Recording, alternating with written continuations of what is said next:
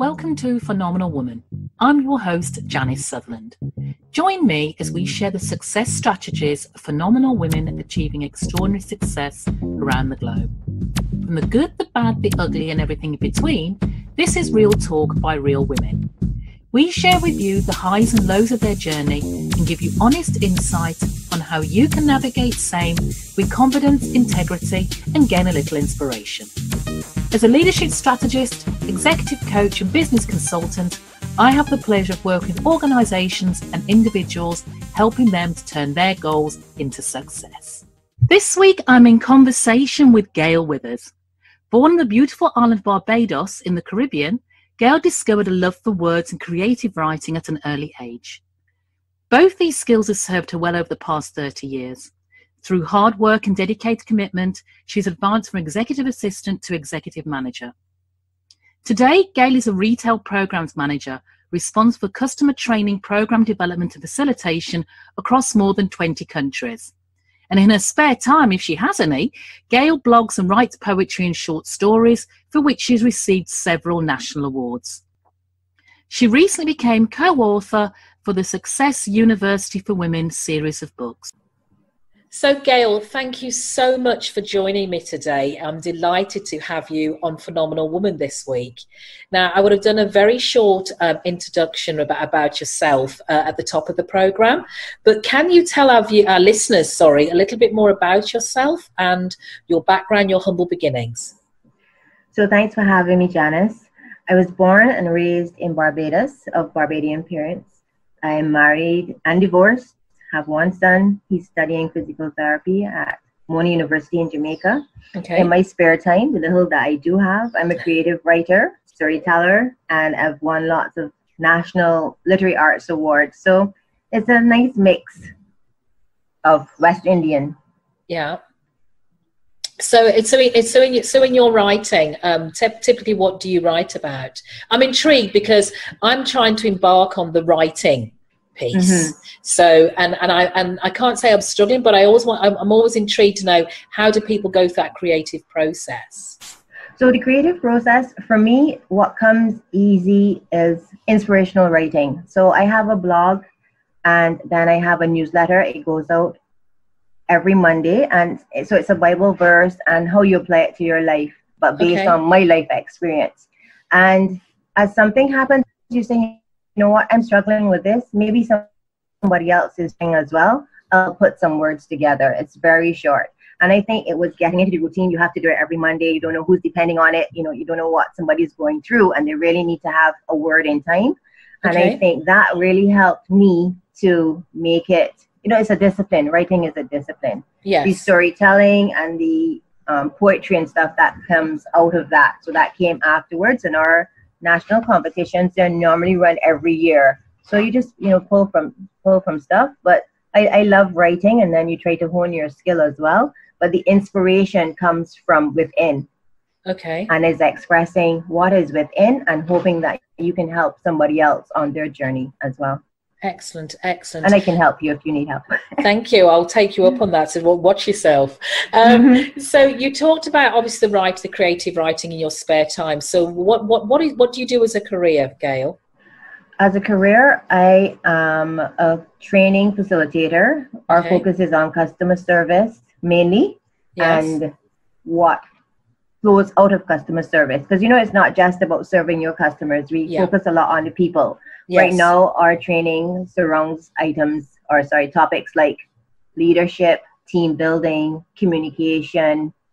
We do a lot of relationship strengthening kind of activities. Yeah. And the program at my office, it revolves around what we call key performance indicators, KPIs. Yes. You have these things that we measure, and the customer service training and the related topics support the KPIs. So it's a lot of measuring and making sure people are incentivized as well as motivated to do what they're supposed to do. And motivation, as you know, is the hardest part. Right. Coming up with the program is easy. Getting people to do what they're supposed to do is normally the harder part.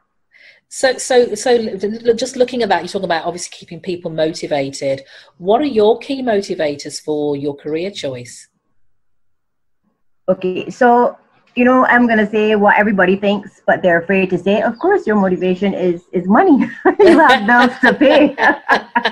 And if you can marry, you know, finding something to do that pays your bills that you love, well, you're way, way ahead of the game. Lucky for me, I like meeting people. I like talking. I like going, you know, above and beyond. How can I do this differently? How can I really help this person? What are they thinking? You know, what are they thinking? So motivation, that's it. But the burn, sometimes, yes. Oh, I have this bill to pay, so I need to keep this job. I hear that. People say that. People think it, but they don't want to say it. Yeah. I'm going to put it out there. Yeah.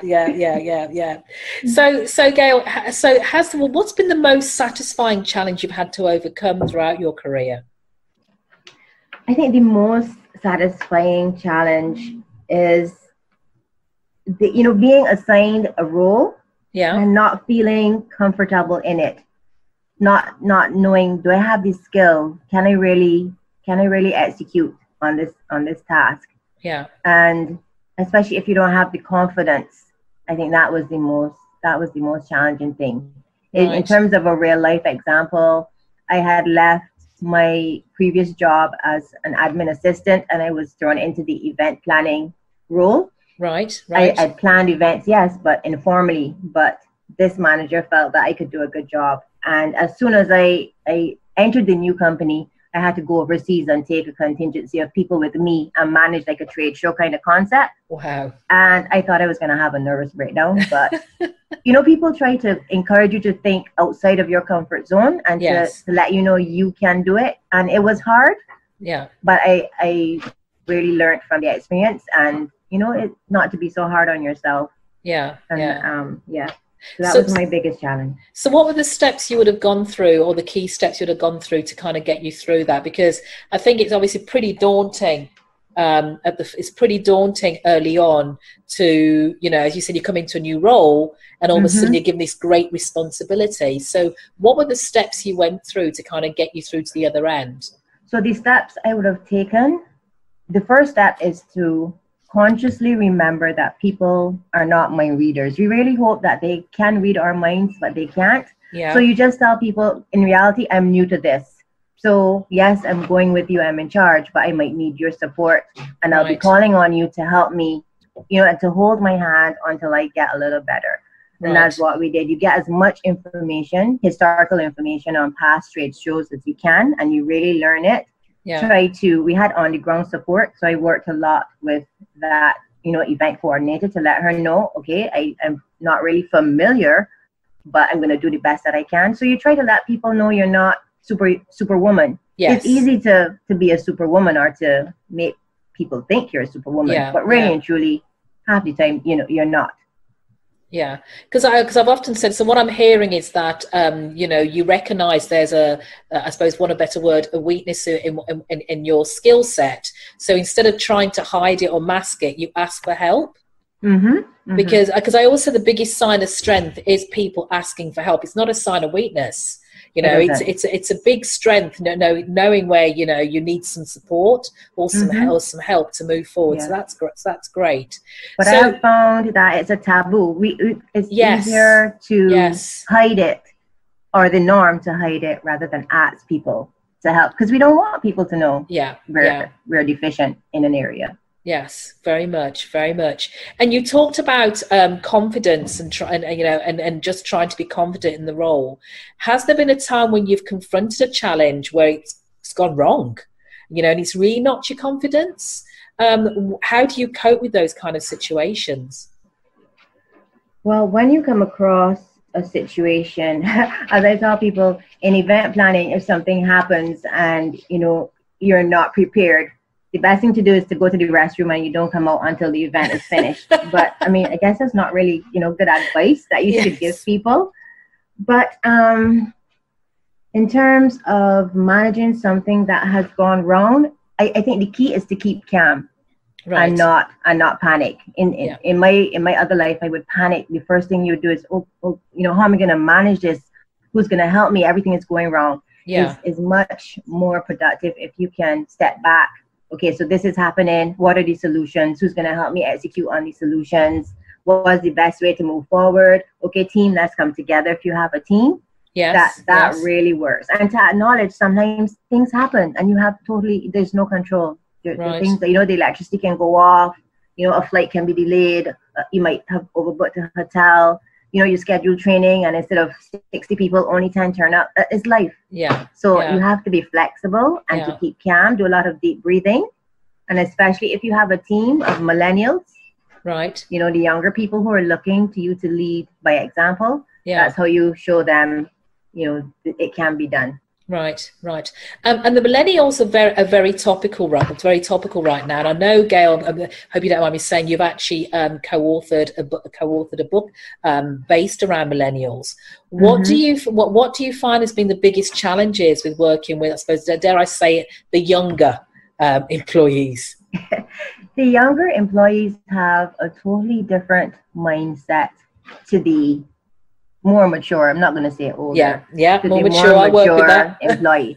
Because I'm a more mature employee. We are very focused on loyalty, commitment, dedication. We'll work the overtime willingly. Yes. The millennials, they are more focused on life balance. My job is just to get me to my next point. It's not my entire life.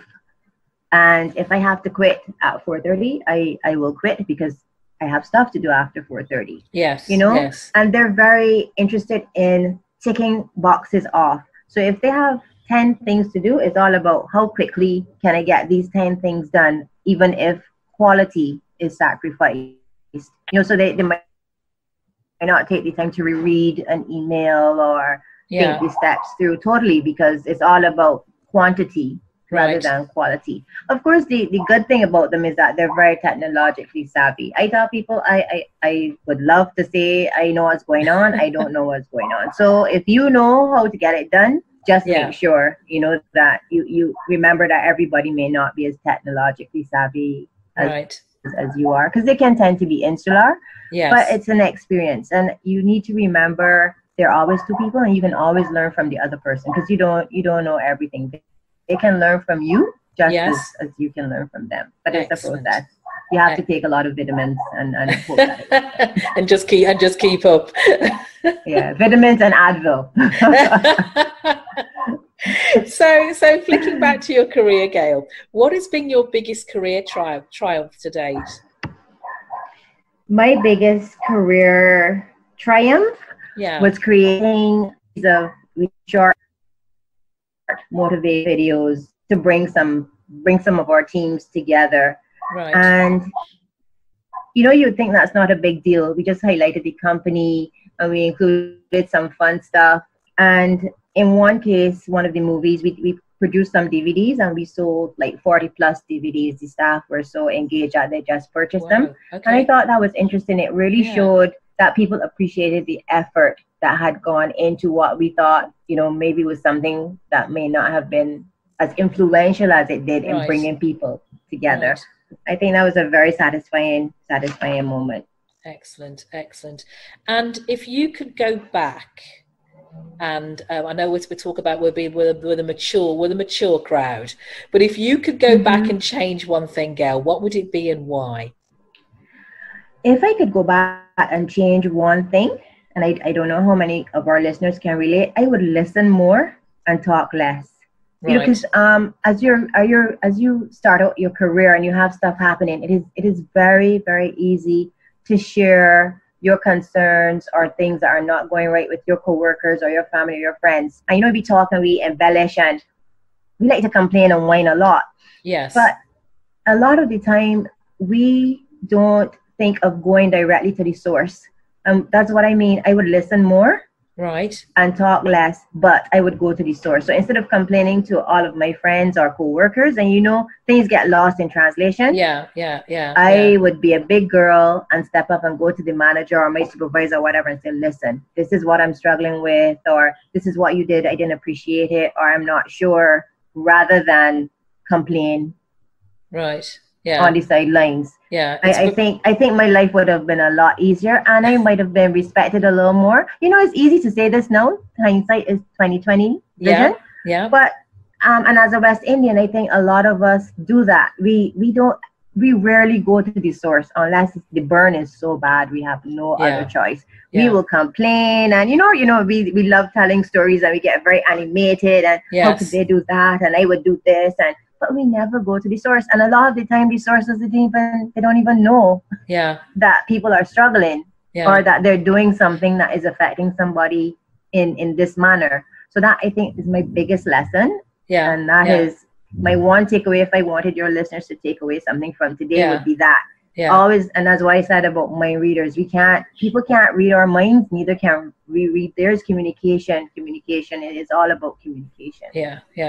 That's an interesting thought. Gail. What do you think stops us from going to the source or asking those questions? I think we are cowards. You'd have to put on the pants and be brave, because you don't know how the conversation is going to go. And people tend not to like to be criticized, for lack of a better way of describing it. Right. And it's easier to complain on the sidelines. And I guess too, it could be how we're taught. Like, we were not really taught, okay, if you have an issue, you need to go and speak to your supervisor rather than complaining. I think the norm in our culture, so many people do it, is that, well, let's just complain on the side. And then the other mentality we have, or even if I go, it's not going to change anything. He doesn't care. She doesn't care.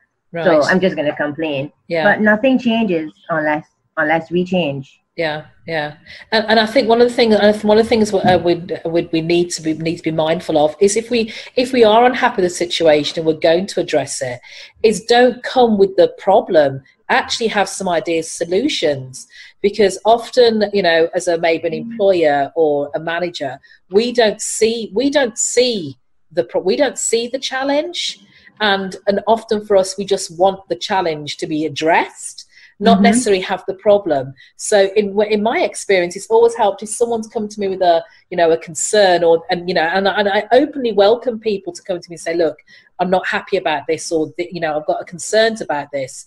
But don't just come to me with, well, I'm going to moan about it or whine about it. Tell me what you think we need to do. And let's have a grown up, as you said, a big girl conversation. A big girl conversation about how we can actually make this work for both of us. Because bottom line is, that's all we want. You want us both to be happy. You want us both to be happy. Yes, and that's why it's so important too that we remember now the younger generation coming up. They need to be trained in this area and to understand how important communication really is. Very much.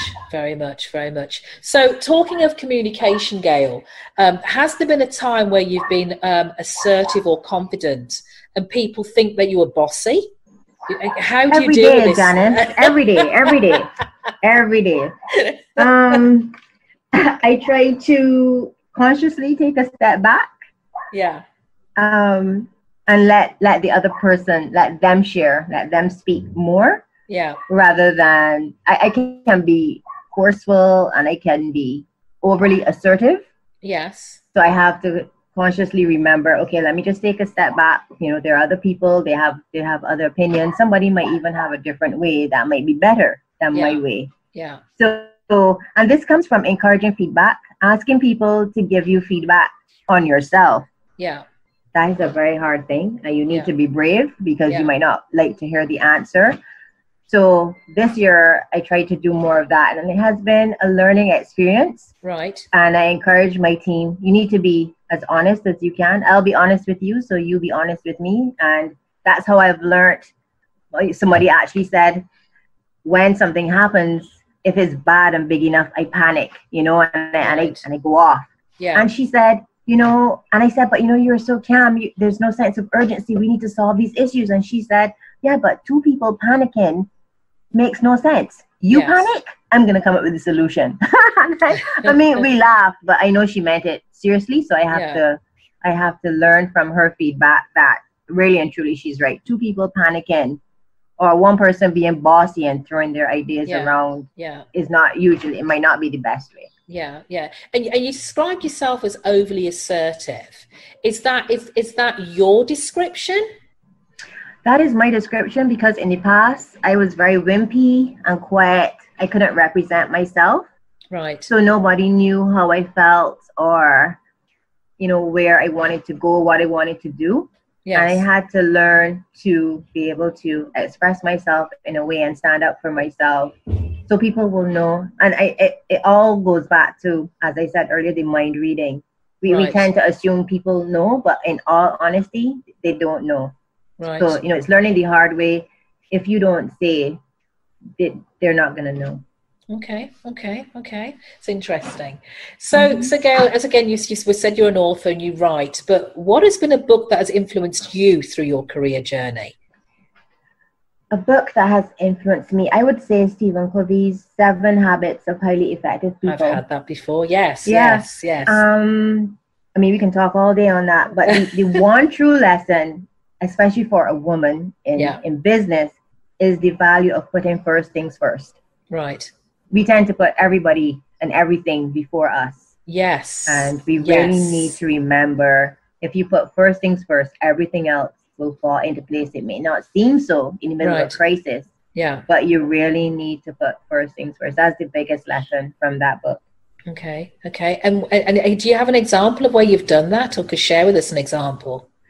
An example of putting first would be family. Right. There's nothing like family. Yes. And I know that it may still seem that a woman can have it all.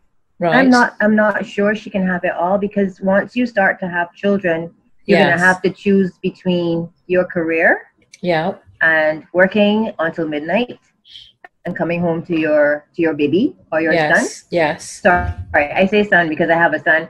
So that's what I mean. It's like, sometimes it's hard. It's hard to decide, but you have to decide. And I think family should be first. Well, after God, of course, but family. So, Gale, thank you for that. What would be the advice you'd give your teenage self now, looking back? So looking back, if I had to have a conversation with my teenage self, I would suggest doing as much studying as I could earlier rather than later, because what I did when I left school, I decided to work. Yes. Because I was afraid I wouldn't be able to get a job. So I got a job and studied while working, and it was very hard. It was tough. Yeah. I think it's easier to focus on the studying all at once and then go into the workforce full time. Okay. And if you could choose your own mentor, who would it be and why? Of course, my mentor. I have 2 mentors. Oprah Winfrey, of course. Okay. Only because of her determination to be successful in spite of the odds. I mean, she was going to make it, and she did. And Shonda Rhimes. Right, because okay, of her success and creativity as a writer. And I would love to meet them both in this life, but I don't know if that's going to work out. But it can Shonda happen. is very, very creative. She is. As you know from her shows, and her imagination is just wild. So. Excellent. And I can see it probably appeal to your creative side, thinking about it, because as you said, she's very creative with her concepts and who she is. I'm just about to read her book. Just picked it up. Is it The Year of Saying Yes? Yes, The Year of Saying Yes. And it was very good. So you need to make sure that you get it. Yes, definitely. I have it. I just need to make time to read it. So that will happen. That will happen shortly. So, Gale, we're coming down to the last few questions. What would you say are the 3 things you've learned about yourself during your career? Okay, that's a hard question. I would say the 3 things. Yes. I have learned is 1, being a wimp does not a battle win. Nobody takes wimps on. Yeah. And I would say I'm not stubborn necessarily, but I'm better at standing my ground. Okay. Especially things that I feel strongly about, like displaying fairness and transparency, because we can agree to disagree. Yes. And I've learned too that my points, if I have to make a point, it must be tabled as having been raised. People say, oh, did you say that? I don't remember you saying that. Yeah. Oh, no, I didn't. That is not what you meant. I've had a lot of conversations where you say, you know what, you should have insisted that these points were tabled, because I believe in representing people fairly. Right. And sometimes the only way you can represent somebody is by making sure there's some proof in black and white of what you said. Okay. You talked about not being a wimp. Mm-hmm. How would you describe a wimp? You know, why that comment? Because a wimp is somebody who they can't stand up for themselves. They're cowards. You know, instead of facing something head on, they would rather run away, right, or hide behind others rather than stepping up to the plate. Yeah. And you can do that, but that's not sustainable. It's right. not sustainable, especially not in business, not if you're serious about your career and your life. Yeah. So to get out of wimp mode, what steps did you take, I suppose, for want of a better word, to toughen up? I had a manager who made sure that being a wimp was not going to be my career choice. And, you know, it was a lot of coaching and mentoring. And I think you need somebody like that. Somebody who can look at this person and see, oh, there's lots of good raw material here. It just needs a little fine tuning. I'm going to help her, even though she might think she's the best thing that happened to the world.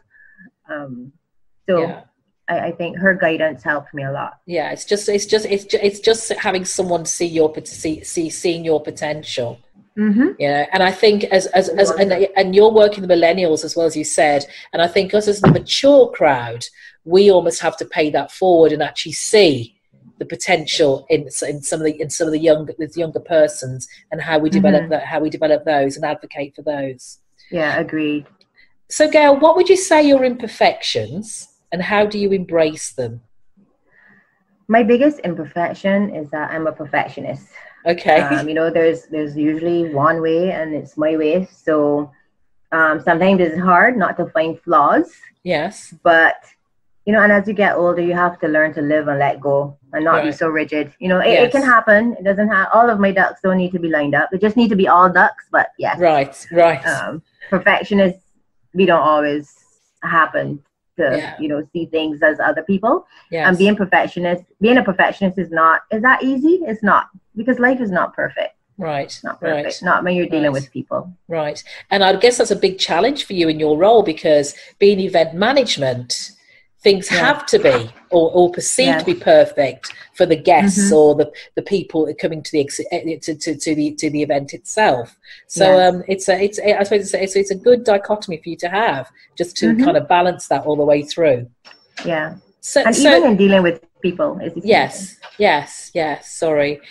So what would be your 3 keys of advice for maintaining work-life balance and making sure you don't burn the candle at both ends, Gale? The first thing I would say is find time for you. Right. Your physical and emotional well-being are both important, and you need to recognize that. Coming out of that, which would be my second thing, would be know when to say no. Right. Because the answer to everything just cannot be yes. And as women, we normally say yes, of course, sure. And then we go home and say, no, really, how am I going to get that to work? Yeah. And number 3, always be honest. Not only with yourself, but with others. Yeah. Because honesty, it really is the best policy. Yes. You know, and lying is too hard on your memory. You don't remember, especially as you get older. What did I say? Oh, it's not the truth. Yeah. So you talked about not being able to say no and not say yes, and it's a thing a lot of women struggle with. So what would be your advice to women who look, I just can't say no. I just can't do that. What would be your advice to those women? My advice would be, if there's a situation and the answer to whatever you're being asked to do, it has to be yes. Yeah. You need to manage people's expectations by letting them know, okay, I'm saying yes, but these are the parameters that my yes is going to be operating under. So, you know, in my case, I'm saying yes, but I'm doing a lot of traveling, which is a lot of my story. I do a lot of traveling for my job. So you might not be able to reach me. I might have limited internet access. I might not be able to come to your meetings, but I'm committed. Yes. So, you know, you're not saying no, you're saying yes, but there are limitations on your yes. You just need to be upfront. Excellent. So that people know, so they're not disappointed in you. Excellent. And what would be your definition of success, Gale? My definition. So, Janice, is there really a definition of success? But I shouldn't ask you a question, should I? Don't put me in the hot seat. So success is really, it's a constant work in progress. I don't think there's any one specific definition per se. Yeah. So for me, right now it involves getting to that perfect peace with your life, you know, Yes. accepting where you are on your life journey, what you've done to achieve what you have. So, you know, it's not about the size of a bank account, the size of a house or a car, and beating yourself up because it could have been different, it should have been different. Yeah. Is acceptance. I'm at peace. That's success. I'm happy with where I am. Life is good. May not be perfect, but it's good. I think that's success. Excellent, excellent. And lastly, Gale, I'll take you out the hot seat. What does it mean to you to be your own hero? So being my own hero, that means for me right now, it means keeping promises to myself. Okay. And I say that because as a woman, we tend to compromise and put ourselves last. Very much. So I have had to actively make an effort to draw the proverbial line in the sand to make sure, you know, I look after me first. Yeah. Because you look after yourself first, and then you can in turn look after others. Right, right. And has it been challenging doing that? Of course, of course.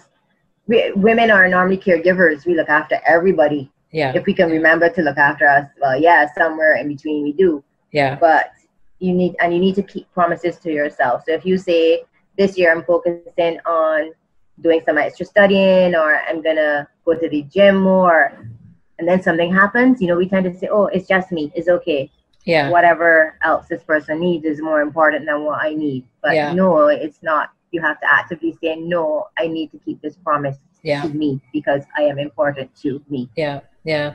So it is about sometimes putting ourselves first, because as you said, caregivers and, you know, managing the family, if we go down, you know, what happens to the infrastructure around us? So I'm a big supporter of what you're saying there, Gale. Big supporter. Mm-hmm. So, Gale, that was my last question. Is there anything? If you know, as I said, I know you've been writing, co-authoring a book and writing. If people want to read more of what you do, your blogs, how can they get in touch with you? Yes. So my blog is. You can find me at www.galewithers.wordpress.com. The book is called Success University for Women in Leadership. It's 20 fabulous women. Each person contributed a chapter. Yes. My chapter, of course, I wrote about working with millennials and how you can lead them. Right. It's a really good book, and I would encourage all women to go and get it. It's also good for males. I've found that males have been struggling. Right. With leading others as well. Okay. Well, that's fantastic. So there. Without further ado, Gale, that's where I can put you out of your misery and stop interviewing. Thank you so much for your time this morning. Was it okay? Was it okay? Did I talk too much? No. It's great. It's great. Okay. Well, that was a great interview with Gale Weithers, and I hope you enjoyed that. Now, if you want to read a little bit more about what she does, you can go to her blog, which is www.galewordpress.com. But I will leave a link to that in the show notes. And if you want to get hold of the book she spoke about, The Success University for Women, it's available on Amazon in Kindle and paperback. And again, I'll leave a link in the show notes for that. And just a reminder, if you haven't done so already, to make sure you listen out for the newest addition to the Phenomenal Woman series, Real Talk. This is a time where we get a chance to tackle those subjects that are raised by the successful women we talk to in more depth, such as confidence building, such as understanding how to main motivation and building resilience. If you haven't done so already, head over to my Facebook page, I am Janice Sutherland, to join the current Confidence Booster Challenge. That will give you hints and tips on how to increase your confidence and become a more confident, phenomenal woman. Hope to see you there. It's my pleasure, as always, to show up here every week and connect with like-minded women who want to live their life to its fullest and be empowered to take their career to the next level. I do hope you enjoyed this edition of Phenomenal Woman. And if you like what you heard, make sure you share with the phenomenal women that you know. You can connect with me via janicesutherland.com and on all social media platforms. Links are in the show notes. Remember, you are the author of your own story, you control the narrative, and you have the power to give your life story a happy ending, so own it. Until next time.